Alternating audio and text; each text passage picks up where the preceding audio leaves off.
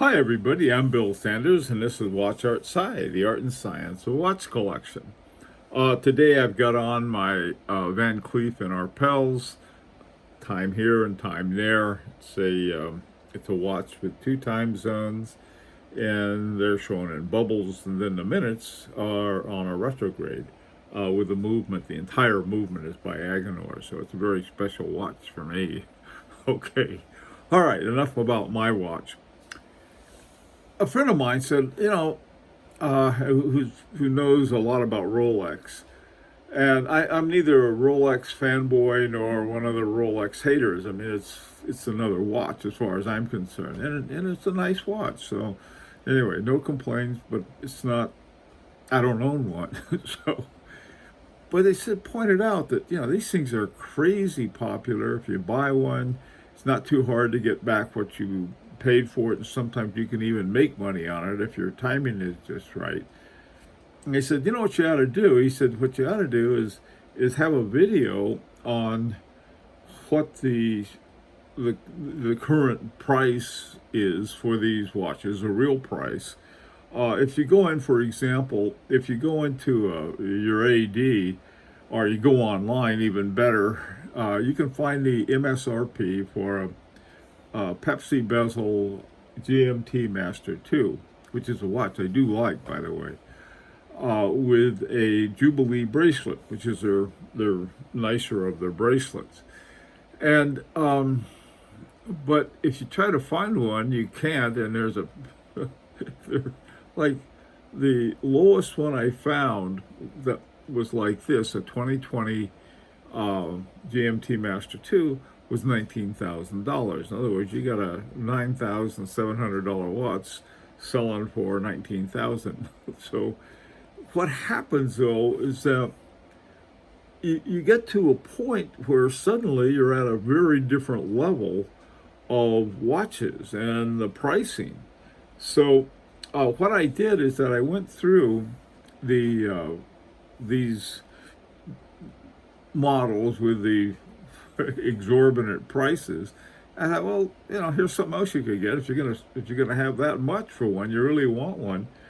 Check these out before you get anything. Now, the first one I was looking at, basically the whole notion of a GMT master is that it's got a second time zone for you. And so I went looking around for some watches around 19,000. What can you get? There's plenty of stuff.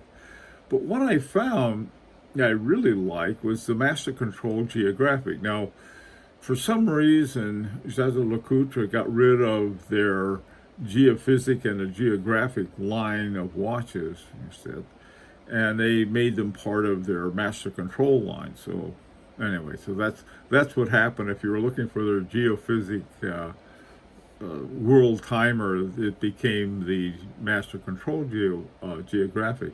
And this is the list price on this, $12,500. I mean, not only is it less than the $19,000 for the Rolex, a lot of people would probably say, well, that's a little classier watch than a Rolex, a Jaeger-LeCoultre. And it's more toward it gets into high horology, whereas Rolex is a good, solid, strong horology. It's an excellent tool watch, very reliable. Jaeger-LeCoultre is too. Except it's got a little more. Oh, it's got more history, and it's got all kinds of good things. Now this one's got a date, a second time zone, hour, minute, 24-hour display, power reserve, seconds, and 24 time zone. And also, if you flip it over on the back, you can see the movement on the inside. So, to me, it's you can get a heck of a lot more. Now, this is not saying anything bad about the GMT Master 2. What it's saying something bad about is these crazy prices. If I were a Rolex fan, I'd be pretty upset. Okay, so that's one. So instead of a GMT Master Control Geographic might be a good solution. That's wouldn't even cost you as much as some of these exaggerated prices either. Okay, now the next one, look at the Hulk. Apparently, as I understand it, they're not making Hulks anymore, but you can get a new one still, and the cheapest one I found was $21,000.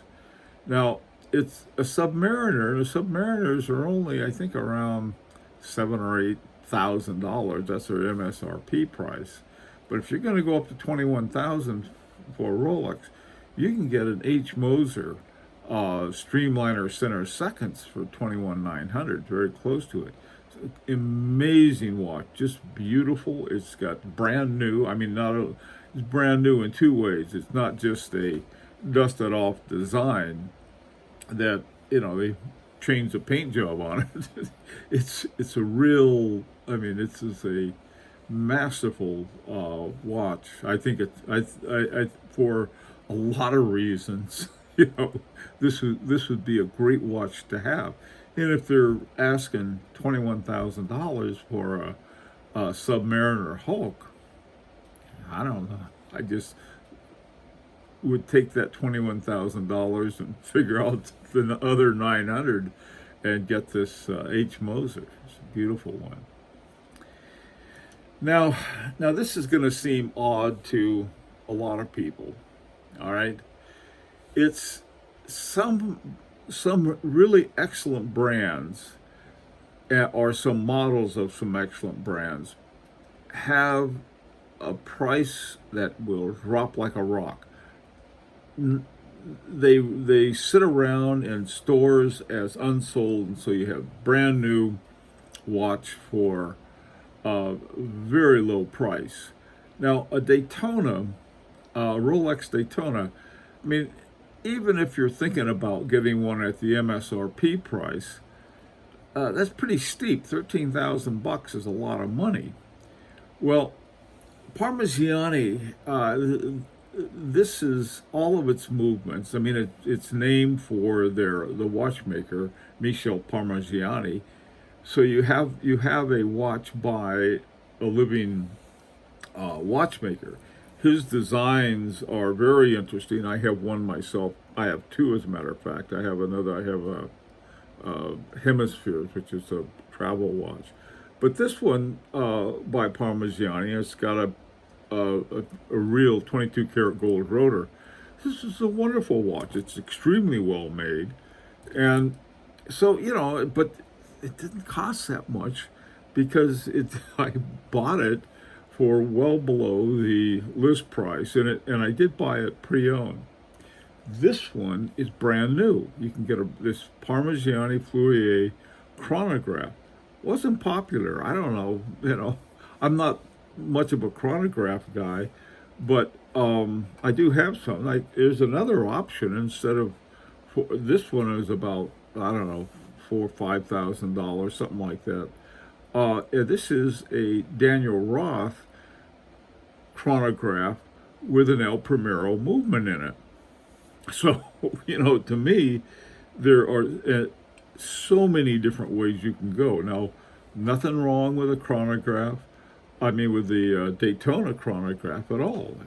But it's the price from $13,150 up to now finding the best deal you can get on that particular model. It's a 2020 brand new one, $25,000.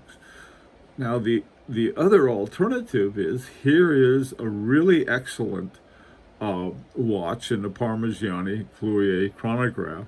The MSRP was $19,800. Now that's a big hunk more than your original price on your Daytona, but it doesn't hold the price. So whoop, down it goes. And the one I saw was $4,749. You can find these for really good deals, and I think that, rather than saying, "Oh, I got to have this," look around, shop around, and this is one that, like I said, you still have one from a living watchmaker. He just a couple years ago he won 2 Grand Prix at the Grand Prix d'Horlogerie de Genève.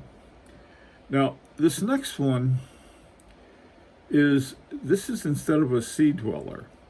Now the Sea Dweller really doesn't seem to have been jacked up that much. The MSRP is $11,700, and for this particular one, the lowest price I could find was 15,500.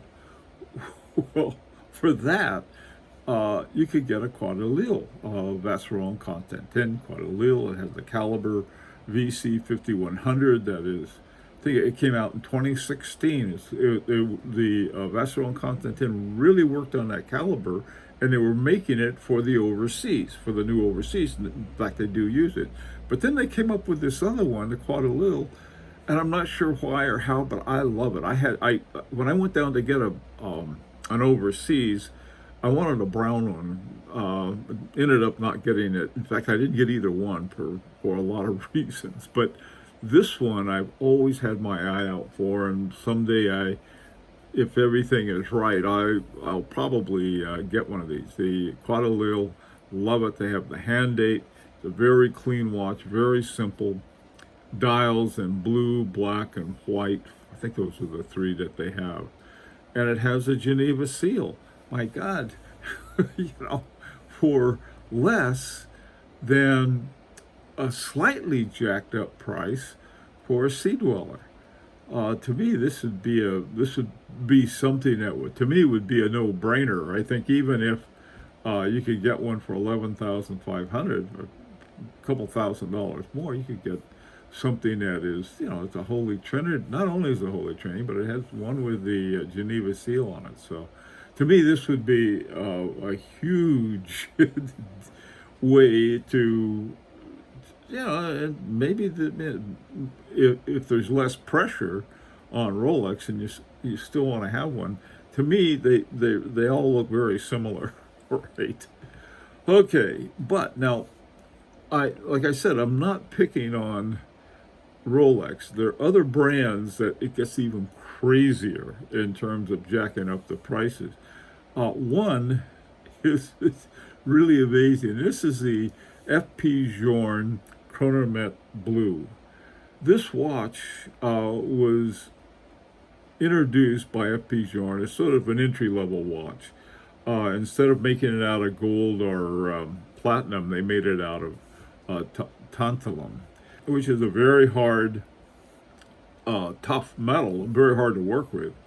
And this watch became insanely popular. Now I have a Chrononet Souverain in platinum, and when I got mine, I could have got a blue for the list price. As an investment, mine only went up about $10,000, which is still insane. But this one went from around, I think at the time when I got mine, it was around, blue was around 22. But now the cheapest one I found was $61,000. It was $40,000 a couple weeks ago. Now this is a brand new one. This is a 2020 brand new one. Some dealer, someone got a hold of one, and they're selling it for a lot of money.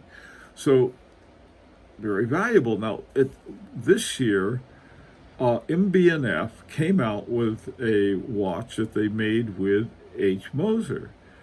And it's called the LM101, which is, I don't know why they call it that, but they did.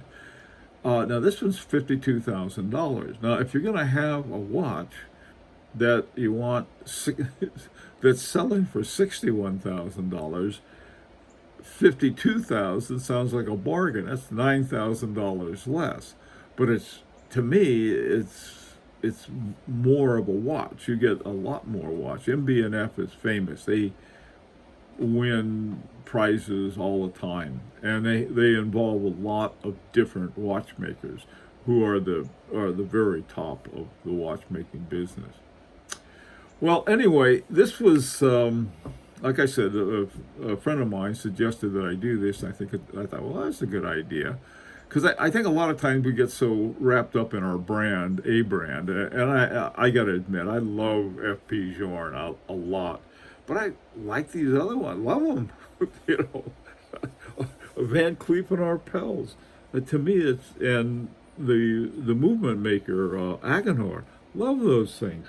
But it's like we do what we can do. So instead of getting fixated on a single brand or a single watch, as they used to say, the old rock song called "Shop Around." That would be what I suggest. Well, listen, if you have any questions or you have any comments, please use the comment section to make them. And until next time, this is Bill Sanders for Watch Art Side, the art and science of watch collection. And one last thing, we need collections to review. Plus, this is an invitation to subscribe if you'd like.